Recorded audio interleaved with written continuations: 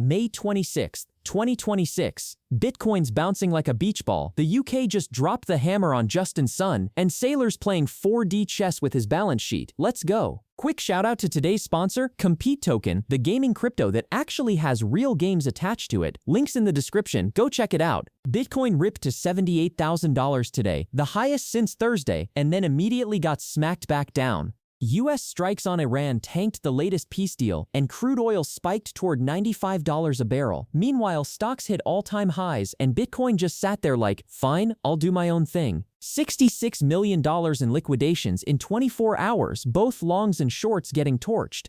Glassnode says funding rates just flipped decisively positive, a complete reversal from April when everyone was short, and the 21-week moving average around 75,800 is holding the bid. Translation: the bottom feeders are loading up and the shorts are about to have a bad week. The UK just sanctioned Justin Sun. Yes, that Justin Sun. The British government dropped sanctions on HTX, formerly Huobi, for helping Russia evade sanctions through a Russian exchange called A7 and its ruble-pegged stablecoin A7A5. Foreign Secretary Yvette Cooper said, and I quote, "If the Kremlin thinks it can hide behind crypto networks, it is gravely mistaken." UK institutions are now banned from doing business with HTX, and analytics firm Elliptic is warning that any on-chain transaction that touched HTX may now be a prohibited transaction. For an exchange that did $3 trillion in volume last year, that's a problem you cannot tweet your way out of. Spain just banned Polymarket, and Kalshi, the Spanish gambling regulator, slapped a precautionary block on both prediction markets this week and opened a 3 to 4 month investigation for operating without a license. Spain is now the 30-something country to restrict Polymarket, joining Indonesia, which banned it Friday after someone opened a market on whether the president would leave office early. That market did 51,000 in volume before the government noticed.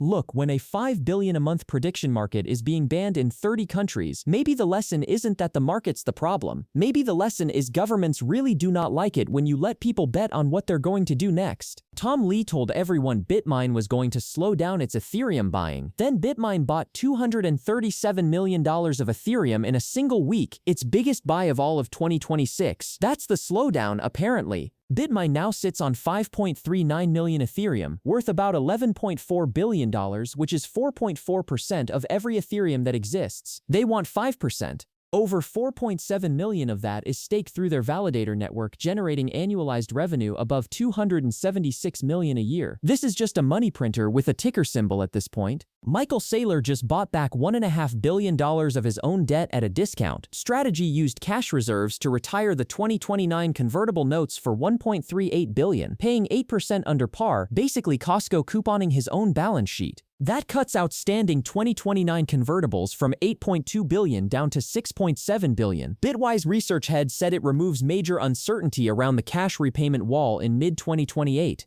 So while everyone's panicking that the Bitcoin treasury model is fragile, Saylor's quietly deleveraging at a discount. Critics keep waiting for him to blow up. He keeps not blowing up. TeraWulf jumped almost 14% today after announcing it locked down a full gigawatt of AI capacity in Kentucky. The Bitcoin miner picked up a 285-acre site in eastern Kentucky to build out 1 gigawatt of AI and high-performance compute. First 500 megawatts comes online in 2028, second 500 in 2030, backed by a $3 billion Morgan Stanley financing package that Google is backstopping. And here's the wild part. AI compute revenue at TeraWulf already outpaced Bitcoin mining revenue last quarter.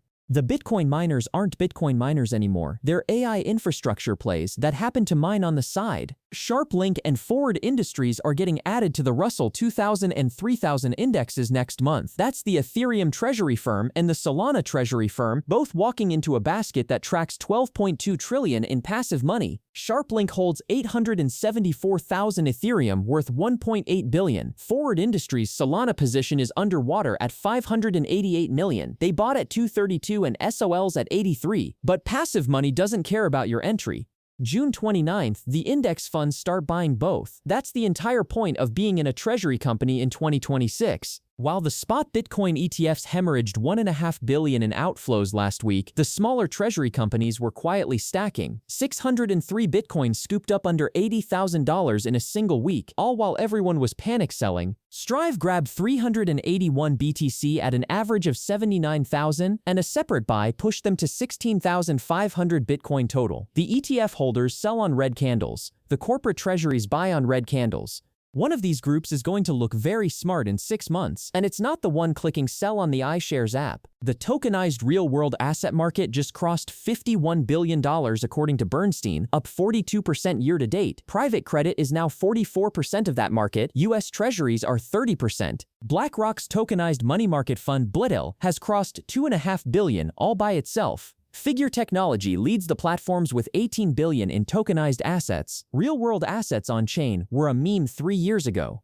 Now it's the biggest legacy finance firm on the planet, running a fund on Ethereum. About time. Coinbase's Base just shipped a tool that lets ChatGPT manage your crypto wallet. It's called Base MCP, and it connects your Base account to ChatGPT, Claude, and Cursor using the Model Context Protocol. You can send funds, swap tokens, track your portfolio, and use DeFi apps just by typing into a chat box. This is the first real production hookup between mainstream AI and a crypto wallet. Yes, telling ChatGPT to send Ethereum sounds terrifying. It also sounds like exactly where this was always going. One more time, Compete Token, the gaming crypto with actual games. Check the link in the description. That's the news. Like, subscribe, see you tomorrow.